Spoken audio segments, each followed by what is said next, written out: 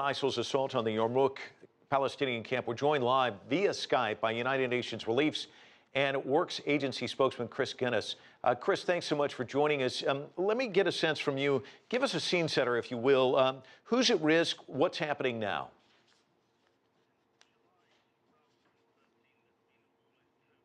Siege of this refugee camp, a southern suburb of Damascus, home to 18,000 civilians, some Syrian, some Palestine refugees. Now, since the latter part of the day, there have been fierce clashes between armed groups. These clashes have taken place near the civilian areas where there are 3,500 children. So the civilians, including children, women, the elderly, the sick, the dying, are in extreme danger, first of all, of death, being caught in the clashes, but also of injury and of displacement, which is why UNRWA, the United Nations Relief and Works Agency, is saying tonight the parties must respect their obligations towards civilians, because the people of Yarmouk, particularly the Palestine refugees, have suffered enough. There was word, I was reading, that there was a deal to ease the humanitarian situation there, likely to go into effect shortly. Do you think that triggered this? What's the impetus for this, do you believe?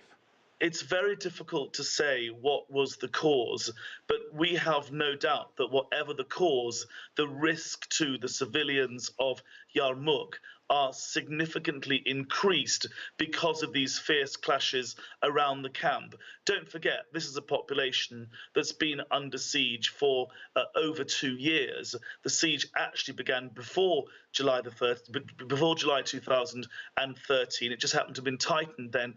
There were reports before then, even before this latest development, of women dying in childbirth for lack of medicines, of children reportedly starving to death. We had reports over the cold spell over the winter of people burning furniture to stay warm. The people of Yarmouk have suffered enough. We all remember that chilling, iconic image of the sea of people lining up for UNRWA food parcels. Well, those are the people who should be at the forefront of our thoughts tonight, because for every statistic I've quoted, there are individuals, there are real lives, there is a humanity and a destiny behind every one of these statistics. They are individuals who must be respected. And this is not the first time Palestinians have been caught in the fighting there in Syria. What's being done to protect them? Are there any measures that can be put in place? Well, UNRWA has been delivering services, and that is some form of protection. We have basically 3 forms of delivery of services. We have kept 95 schools going throughout this conflict. That's how many schools UNRWA runs in Syria today. We run 25 health centres across the country, and we've also been distributing cash, because given that so many of the installations, a third of all UNRWA installations in Syria, have been damaged or destroyed, cash assistance is the next best thing. So we've been protecting people by delivering services. The fact is that's not good enough. Many, many thousands of people have been displaced. Over 220,000 have been killed in this pitiless conflict. And what will protect people ultimately is a political resolution of this pitiless conflict. These ISIL forces were close by for some time. Is this coming as a surprise, or did you see it coming? And how strategic is this area?